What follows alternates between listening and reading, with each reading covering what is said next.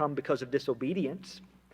And so rather than staying and repenting and calling out to God, they go to Moab looking for food, looking for a better life. While there, Elimelech dies. The sons marry Moabite women, and then the sons die without children.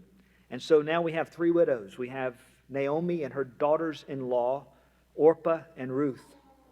They're basically destitute. Naomi hears that there's bread again in Bethlehem, and so she determines to go back. She urges the daughters-in-law to stay home. She promises them nothing in Israel. Talks to them like you have a better chance of survival here in Moab. Stay here, marry, find rest in your husband's homes. Orpah listens to her and stays there. But Ruth says, I'm not going to do that. She leaves her family, her home, her gods, forsakes all of that and clings to Naomi, accepting her people as now Ruth's people. More importantly, Naomi's God as Ruth's God. And so that's chapter 1. They come back to Bethlehem. They have no expectation of anything there. When they arrive, Naomi's exclamation is, I am empty. I went out full and I've come back empty. Call me bitter. Don't call me Naomi, pleasant any longer. Call me bitter, because God has dealt very bitterly with me. Verse 22 kind of sets the stage for for chapter 2. Verse 1, chapter 1, verse 22. So Naomi returned, and with her Ruth the Moabitess, her daughter-in-law, who returned from the land of Moab, and they came to Bethlehem at the beginning of barley harvest. We said last week that verse 22, that last line, is a glimmer of hope, whether they recognize it or not, because God brings them back at the first of the barley harvest, which was the first harvest in the land. Depending on exactly when it came, on our calendar it would be mid-March to 1st of April. And they're there for the barley harvest and the wheat harvest, and this will run them almost to June. And there's the opportunity to find food. Chapter 2, verse 1. Now Naomi had a kinsman of her husband, a man of great wealth of the family of Elimelech, whose name was Boaz. And Ruth the Moabitess said to Naomi, Please let me go to the field and glean among the ears of grain after one in whose sight I may find favor. And she said to her, Go, my daughter. So she departed and went and gleaned in the field after the reapers. And she happened to come to the portion of the field belonging to Boaz, who was of the family of Elimelech. Now behold, Boaz came from Bethlehem and said to the reapers, May the Lord be with you. And they said to him, May the Lord bless you. Then Boaz said to his servant who was in charge of the reapers, Whose young woman is this? The servant in charge of the reapers replied, She is the young Moabite woman who returned with Naomi from the land of Moab. And she said, Please let me glean and gather after the reapers among the sheaves. Thus she came and has remained from the morning until now. She has been sitting in the house for a little while. Then Boaz said to Ruth, Listen carefully, my daughter. Do not go to glean in another field. Furthermore, do not go on from this one, but stay here with my maids. Let your eyes be on the field which they reap, and go after them. Indeed, I have commanded the servants not to touch you. When you are thirsty, go to the water jars and drink from what the servants draw.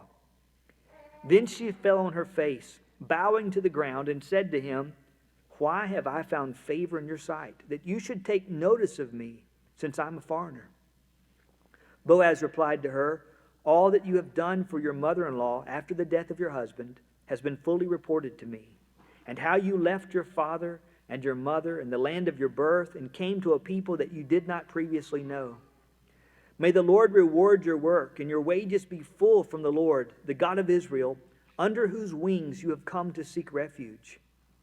Then she said, I have found favor in your sight, my Lord, for you have comforted me, and indeed have spoken kindly to your maidservants, though I am not like one of your maidservants. Comforted, by the way, is a word that's related to a deep breath. So it's like a sigh of relief for her. You've comforted me. Whew. At mealtime, verse 14, Boaz said to her, "Come here, that you may eat of the bread and dip your piece of bread in the vinegar." So she sat beside the reapers, and he served her roasted grain. And she ate and was satisfied, and had some left. When she rose to glean, Boaz commanded his servants, saying, "Let her glean even among the sheaves, and do not insult her. Also, you shall purposely pull out for her some grain from the bundles, and leave it that she may glean, and do not rebuke her." So she gleaned in the field until evening. Then she beat out what she had gleaned, and it was about an ephah of barley. She took it up and went into the city, and her mother-in-law saw that she had gleaned. She also took it out and gave Naomi what she had left after she was satisfied. Her mother-in-law then said to her, "Where did you glean today, and where did you work? May he who took notice of you be blessed." So she told her mother-in-law with whom she had worked, and said, "The name of the man with whom I work today is Boaz." Naomi said to her daughter-in-law, "May he be blessed of the Lord, who has not withdrawn his kindness to the living and to the dead." Again Naomi said to her, "The man is our relative. He is one of our closest relatives." Then Ruth the Moabitess said, "Furthermore, he said to me, 'You shall stay close to my servants until they have finished all my harvest.'" Naomi said to Ruth her daughter-in-law, "It is good, my daughter, that you go out with his maids, so that others do not fall upon you in another field." So she stayed close by the maids of Boaz in order to glean until the end of the barley harvest and the wheat harvest, and she lived with her mother-in-law.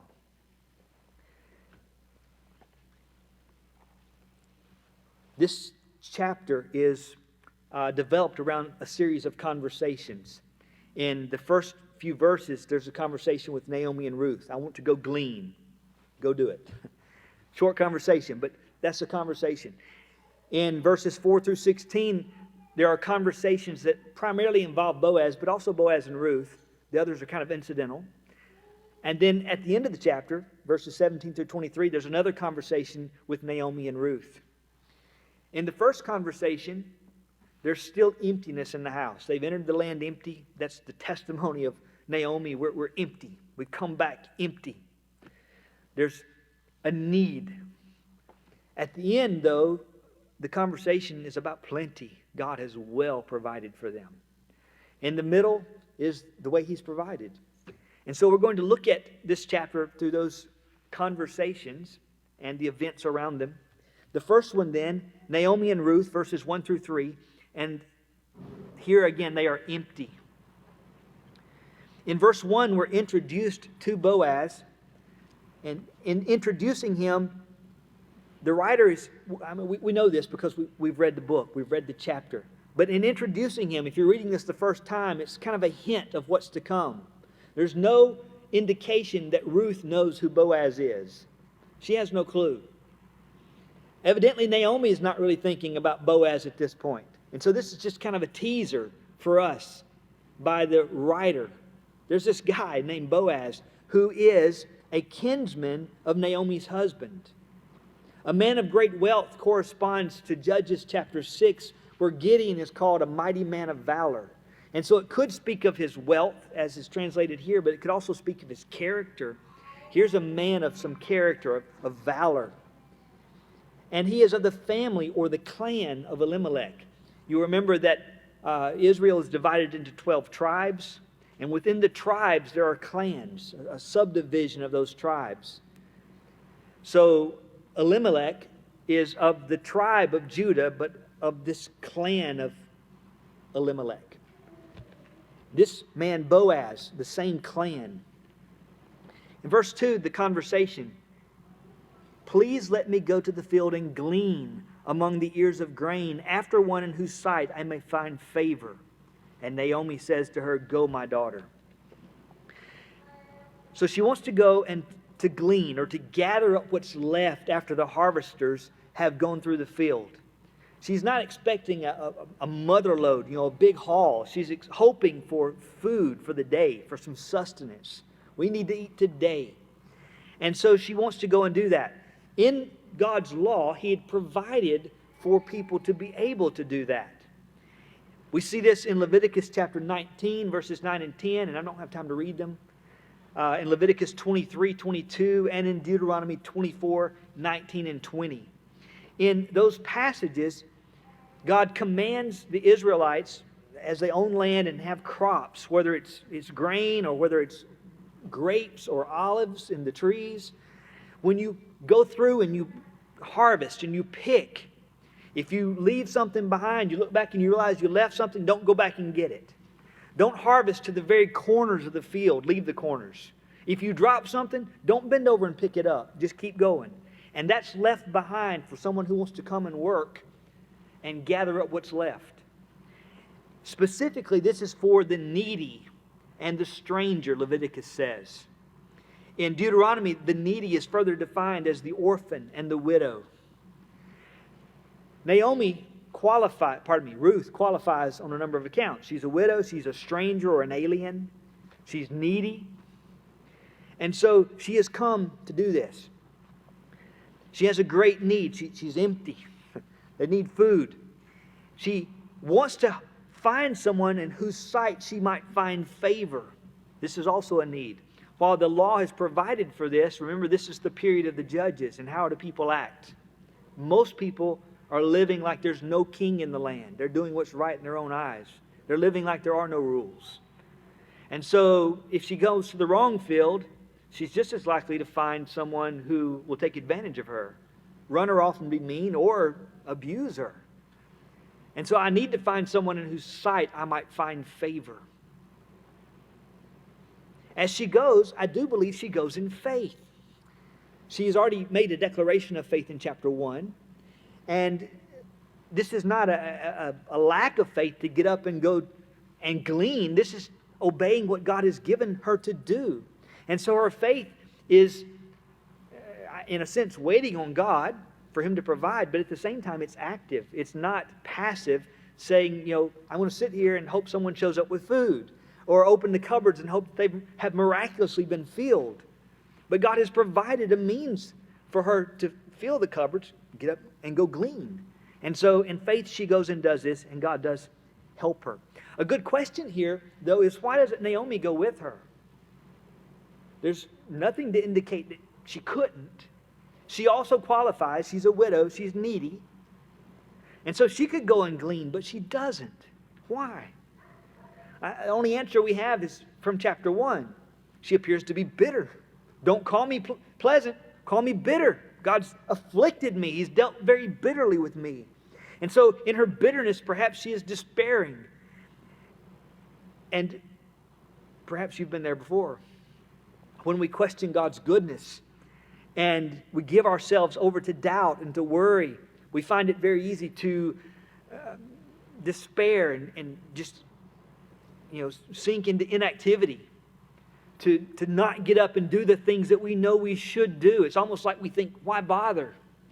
And so she's sitting back and not going and doing what God has commanded her to do and what God has provided for her. She's not going and collecting it, in a sense, to go glean. And this, of course, will produce a downward spiral, because if she doesn't go and eat, she'll grow weak. And then how will you go and glean? In the same way, as we become inactive in our despair, we don't apply ourselves to the means of grace that God has given, and we grow weak, and we start to wonder why even bother, and this becomes a downward spiral. So she doesn't go, but Ruth does. And verse 3 is one of those interesting verses. In verse 3, we read, she departed and went and gleaned in the field after the reapers, and she happened to come to the portion of the field belonging to Boaz. She happened to come. This translates very literally, her chanced upon the field of Boaz. If we were saying it today, we would say it like this: by luck, she just happened to go to Boaz's field. Which ought to make us slow down and say, wait a minute. Here's a writer who's divinely inspired. And does the divinely inspired author of the book of Ruth believe in luck? Well, no, I don't believe so. I don't think so for a moment. So why does he say that? There's a couple of possibilities. One is that he's expressing Ruth's experience. In her experience, she doesn't set out that day to go to Boaz's field. She goes and she happens to land there. But even that, God providentially leads her, right?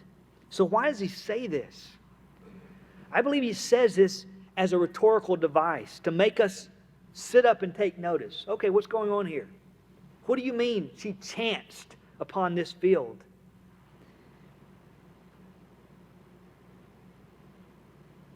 This is what to the world would appear to be a random event, a chance happening. I happened to run into so-and-so today. This happened today. Wasn't expecting it. She leaves with no idea where to go, but she happens upon Boaz's field. And what we're going to see unfolding through the rest of chapter 2 is that God is providentially ruling over random events.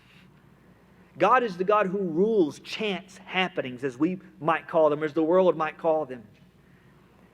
What is not in Ruth's control, where the field she goes to, whether it's a good field or a bad field, a good field owner or a bad field owner, is in God's control. And he rules over this random event. Proverbs 16:33 says the lot is cast into the lap, but its every decision is from the Lord. You cast the lot, you roll the dice, you can't control what numbers they land on, but its every decision is from the Lord.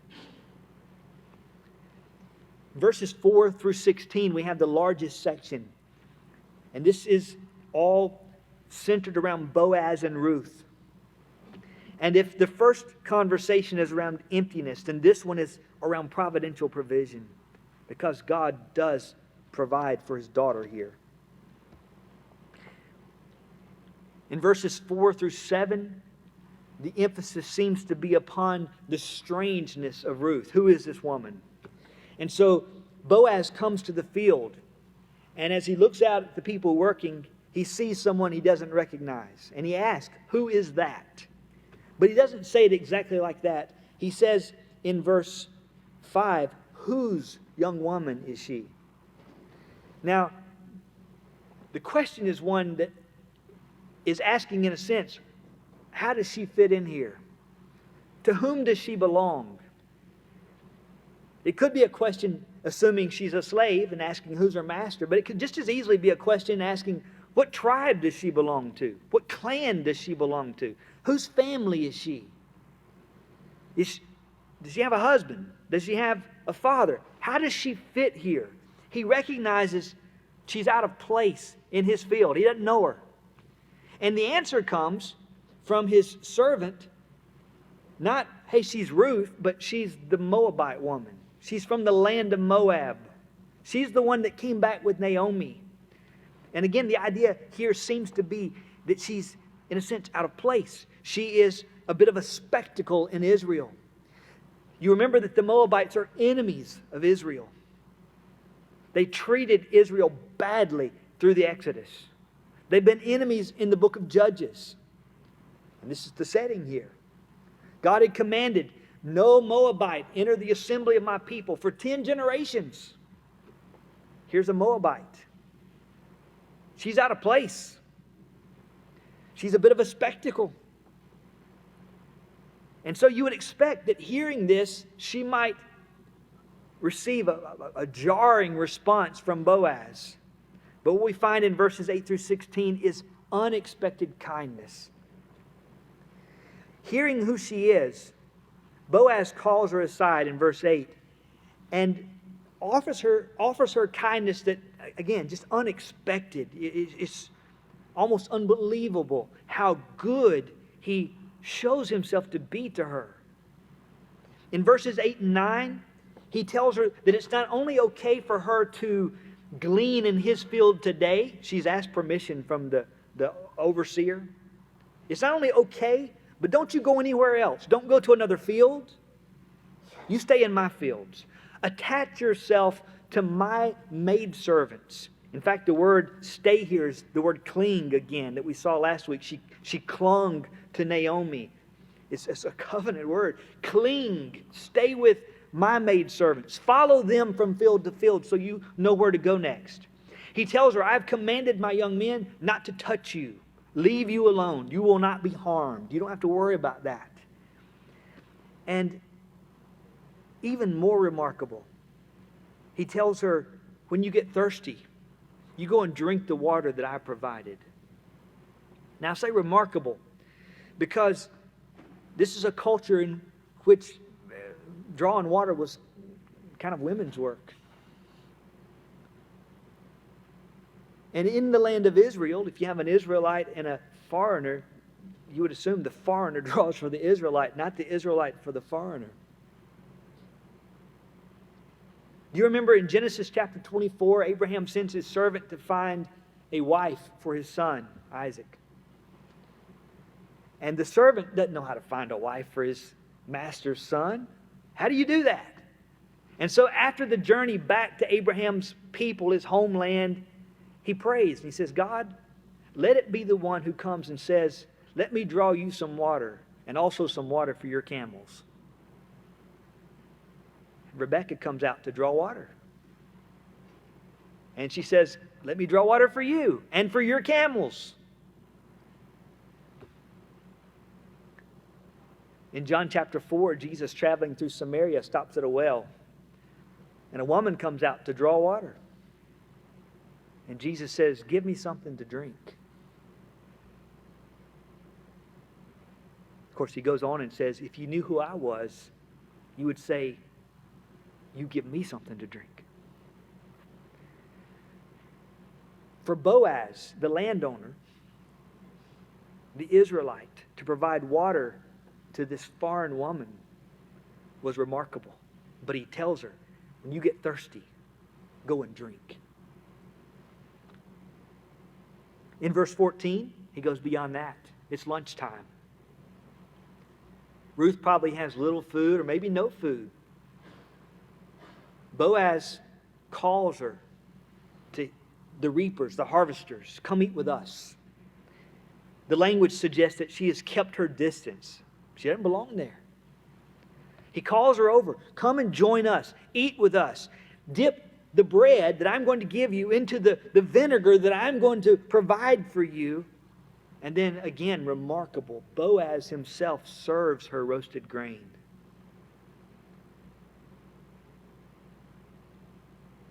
He feeds her until she is full, satisfied. And he sends her home with the leftovers. She could not have expected this when she shows up there that day. In verses 15 and 16, he gives instructions to his servants. He tells them when she goes out to glean, basically he says to them, she doesn't have to stick to the corners. She can come and glean among the sheaves. So she can come and glean with you. She doesn't have to wait and gather what's left over. Further, he tells them, don't insult her. This is more than don't you touch her. It's don't you humiliate her. Don't you treat her poorly. And then, in verse 16, look at this. You shall purposely pull out for her some grain from the bundles and leave it that she may glean. And do not rebuke her. He's basically telling them, you pick some for her. Now, this is not what the law provided for. If you go back and look at those passages again, if you read them, Leviticus 19, Leviticus 23, Deuteronomy 24, they're commanded, you don't reap to the very corners. You leave some there. And as you're going, again, if you miss something, don't turn around and go get it. Leave it. If you drop it, don't pick it up. Leave it. But it's not let them come and harvest the field with you before it's been harvested. It's not pick it for them. They can come get the leftovers. which would have been hard work.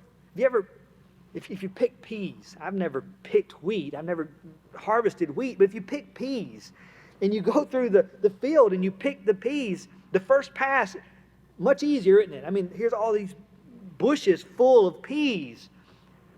But if you want to come back and get what's left, oh, I missed one there and there's one there and I dropped one there. That's no way to get a meal, is it? But he's telling them, pick it for her. Make sure she has plenty.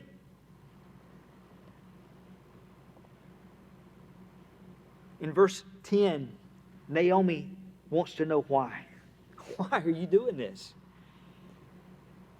How is it that I have found favor in your sight? And he gives her two reasons. In verse 11, because of your kindness to Naomi. I've heard the report. I've heard of all that you've done since your husband died. But in verse 12, he gives her an even better reason. You have sought refuge under the wings of the Lord.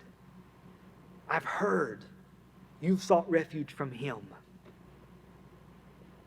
This is a phrase that we see again and again in the Old Testament. First in Deuteronomy 32:11, like an eagle that stirs up its nest, that hovers over its young, He spreads His wings and caught them. In Psalm 17:8, the psalmist prays, keep me as the apple of the eye. Hide me in the shadow of your wings.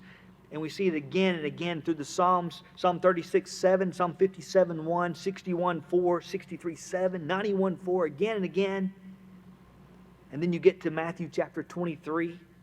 And Jesus, approaching His death, looks out over Jerusalem and He says, Jerusalem, Jerusalem, who kills the prophets and stones those who are sent to her. How often I wanted to gather your children together the way a hen gathers her chicks under her wings.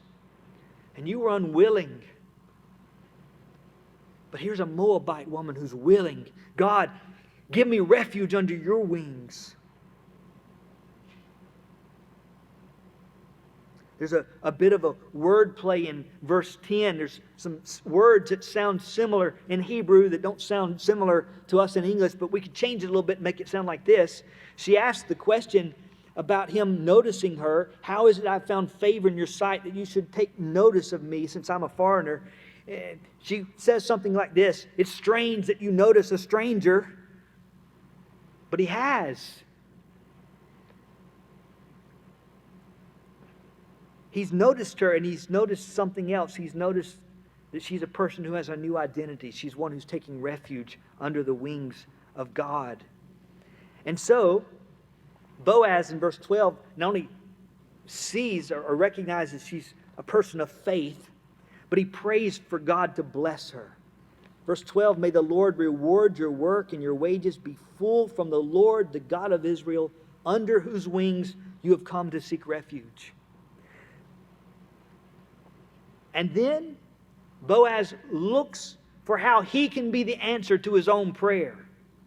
Because in a very real sense, Ruth finds refuge under the wings of Boaz. God provides for her. How? Through Boaz. God will supply her. Give her full wages. You can pick here as much as you want. Young men, as you pick, give her some. Leave some behind. Let her come and pick with you. Don't abuse her. Don't talk ugly to her. Don't humiliate her. Boaz doesn't offer empty words. He doesn't say, be warmed, be filled. Go pick somewhere else. In chapter 1, Naomi's testimony to Ruth was that there's only emptiness in Israel. There's nothing for you there. You should stay home. What a different picture Boaz presents. A second thing to notice here. Again, Boaz goes so far beyond the letter of the law. Not eclipsing the bounds of the law so that what he's doing is unlawful, but he's not just trying to skate by either and say, how little can I do and still be okay? You know, pick almost to the corners, a little bit further than that.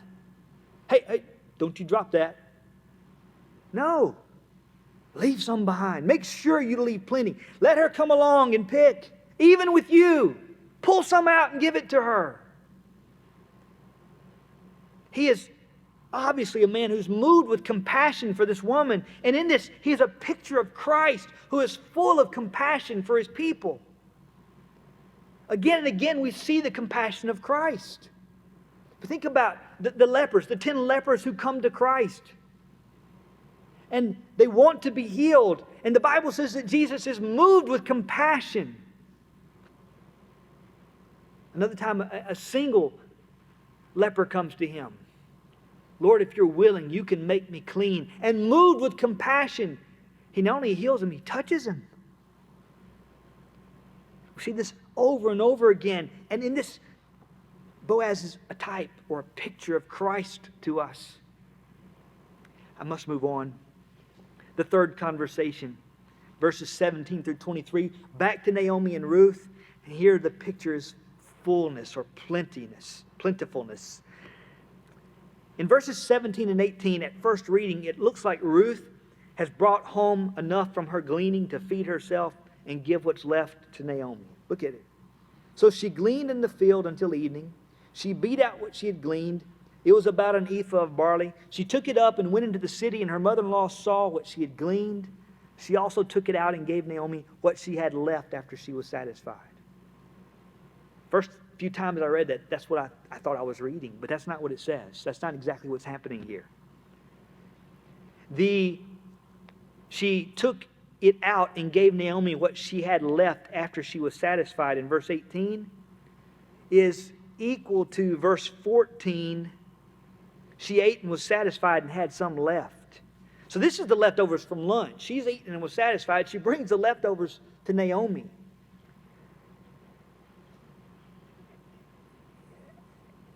I figured this out after I started looking at how much is an ephah.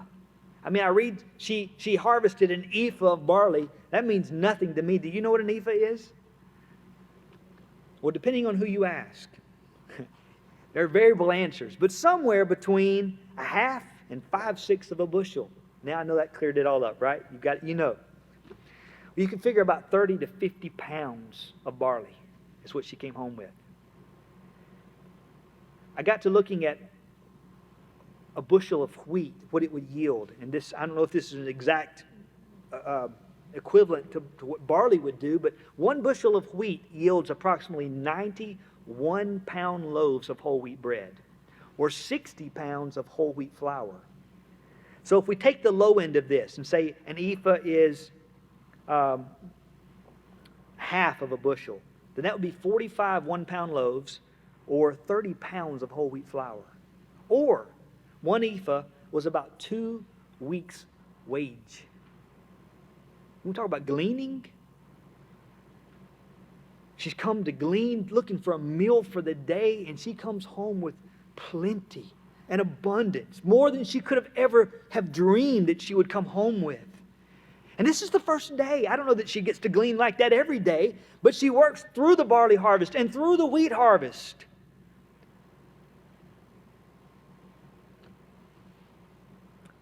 God has been at work providentially.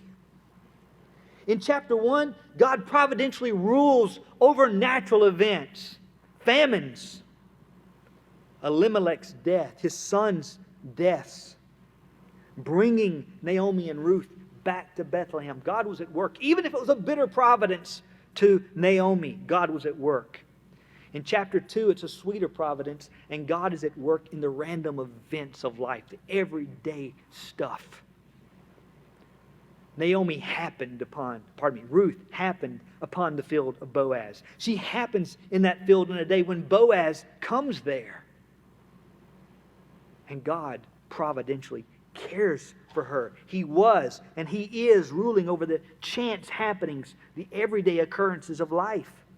And because Romans 8:28 is true, we can say that God providentially rules over the random events for the good of His people. Even if it seems a bitter providence at the moment, He's at work for our good. And both the bitter providence of chapter 1 and the sweet providence of chapter 2 are providences of God, and therefore they are to be praised. God's to be praised in them. Ruth turns to God and commits to follow Him, forsaking home and idols, even though the testimony of Naomi is empty, bitter. And God providentially works through these random events to well supply his daughter. He is not stingy. He tells the Israelites in Psalm 81:16, I would feed you the finest of wheat, honey from the rock. In verses 19 and 20, seeing the gleanings, Naomi is amazed, so amazed that her question is basically, where did you glean? Where'd you go? How did you glean like that? She's told it's Boaz. I gleaned in the field of Boaz. And there's a shift that takes place in Naomi.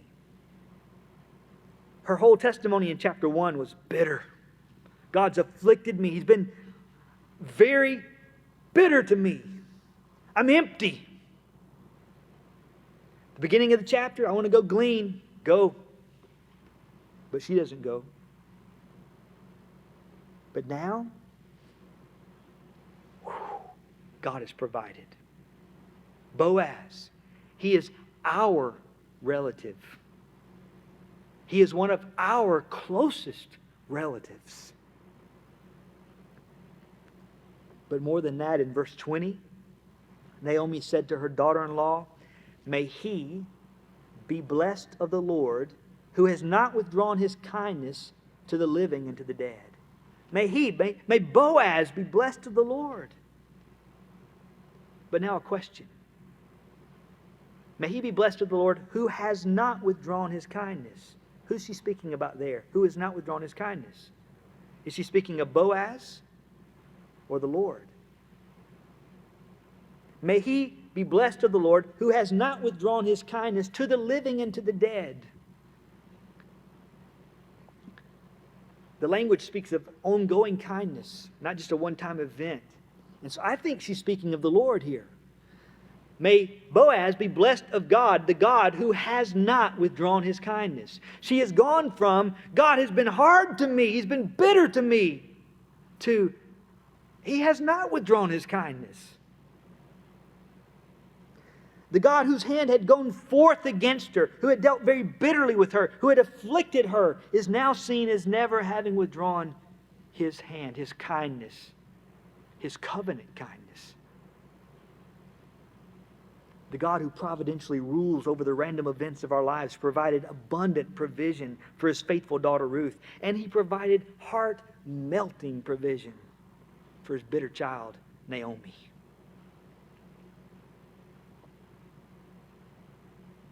God rules over the random events of our lives. And because that's true, there are no accidents. There are no coincidences. There are no chance meetings. There are no lucky breaks. Fortune does not smile on you. If you're smiled upon, it's because God smiles upon you. And that means that when you happen to see someone, it is a divine appointment. When the good comes, it's because there's a good God who has sent it. And child of God, when the bad comes, it's because there's a good God who has sent it. It may be chastisement for you. But God has not left his throne. He has not quit ruling. He rules the natural events. He rules the random events.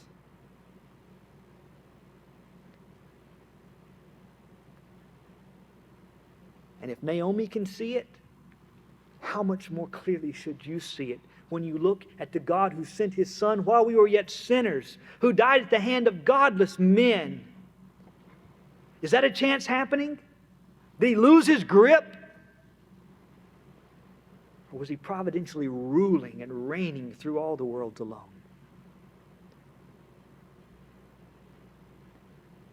Even there, he was abundantly supplying us. A supply that we did not deserve. An unexpected kindness. Undeserved favor. As we come to the Lord's table, we look at that. Our faith is stirred as we look through these things to Christ and remember his goodness to us. Let's pray.